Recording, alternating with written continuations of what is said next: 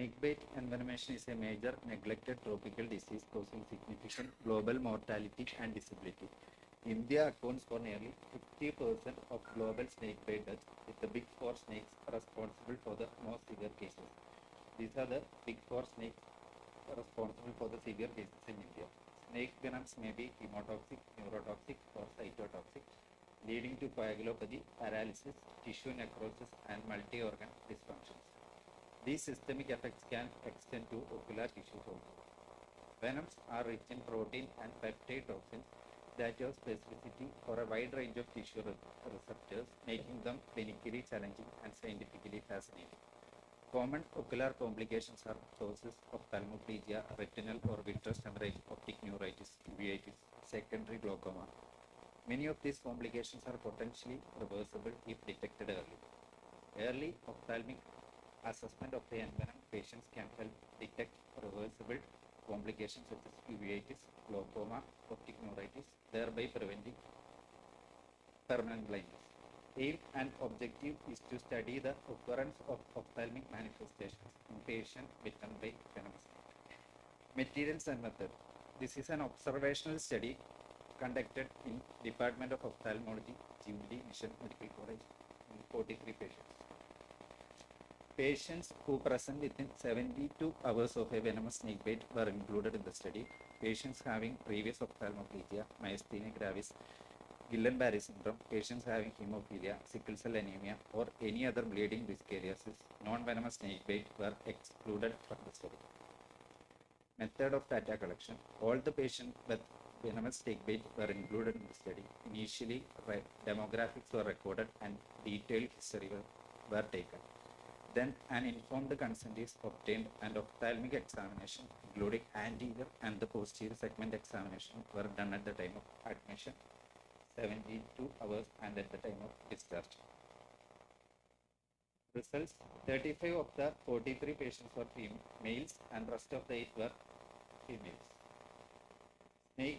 Snake type distribution: 21 of the 43 patients were bitten by viper, 8 each by cobra and crate, 6 were unknown bites. Ocular manifestations. Ptosis were seen in 4 patients at the time of presentation, of which after 72 hours, one of the patient got resolved from ptosis and 100% resolution occurs from ptosis at the time of discharge. Ophthalmoplegia was seen in 5 patients and 2 patients got resolved from ophthalmoplegia after 72 hours, and 100% resolution from the ophthalmoplegia is seen at the time of discharge.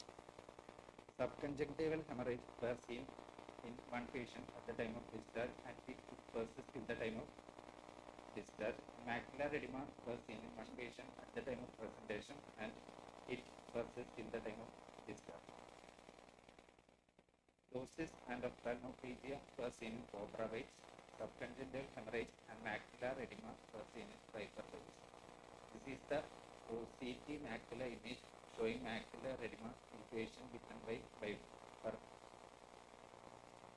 Systemic complications were coagulopathy in 37 patients, neurotoxicity in 33 patients, acute kidney injury in 14 patients.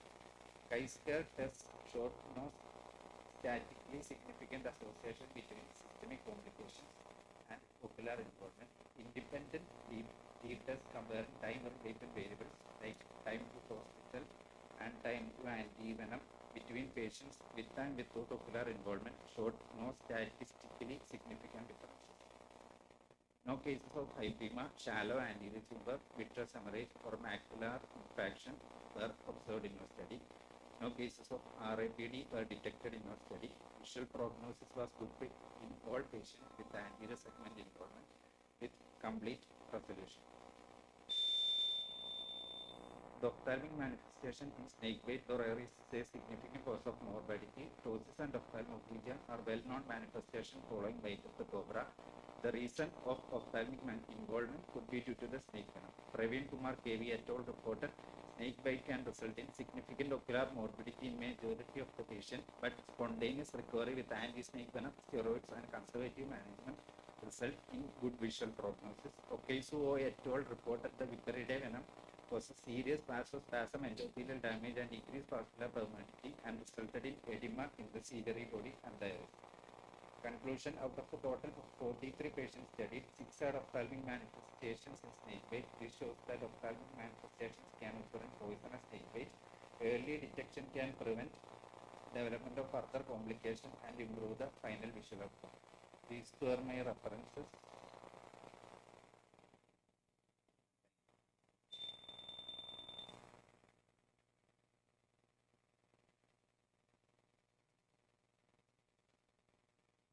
Doctor, how do you know that patient brought the snakes along with them? The snakes, how do they are poisonous or non-poisonous?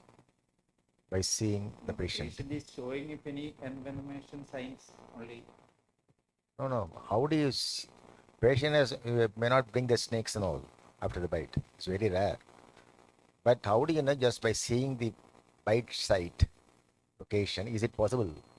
Yes, sir, will edema tender. See, multiple punctures non-poisonous. Only one or two puncture, that is a tooth, that is poisonous. That's all. That's if you see that, easily you can find out. Multiple marks, that is non-poisonous snakes. Where you can tell. Okay, and here we got nerve palsy. How many cases out of 6? How many patients had nerve palsy? 4 patients had ptosis and 5 patients had ophthalmoplegia. So 6. No. 5 patients had ophthalmoplegia. Both are common. Then it's what? Cobra or viper? Total 6 patients. 6 patients had findings. 5 of them had neurological finding and 1 got chemotoxic finding. That is, so 5 were by cobras. Yes.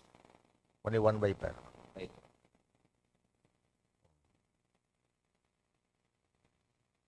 Okay, thank you now. If you show these cases to us, then probably you should also add up like what was the systemic management going on. Was there anti-snake venom given to that person? Was there any other systemic disease which is keeping the patient under ventilator or under something? You'll have to tell that.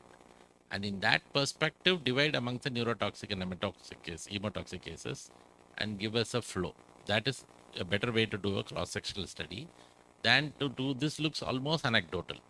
You have taken like this many snake bites, you saw 4 ophthalmoplegia, 1. This looks almost anecdotal. There is no inferences we create out of it. At best, I think the best inference you can make is cobra bite is dangerous for ophthalmoplegia. Cobra bite makes most ophthalmoplegia. That is what the inference you have created. Cobra bite, most of the symptoms got resolved. Viper bite symptoms yeah, correct. That catch you are bringing, no, that is not reflected in your data. You are bringing it in the inference. But there is no data to show that this is happening. You should also have data to show that whether they had systemic other manifestations other than the ophthalmoplegia, and how many patients had anti-snake venom, how many patients had other management done. These kind of approaches should be needed when you look at a particular toxin which is systemically acting, and eye is just one of the organs. If it is totally eye related, then you can go like this. When it is a systemic issue with eye as one of the manifestations, then you'll have to look at it from that angle.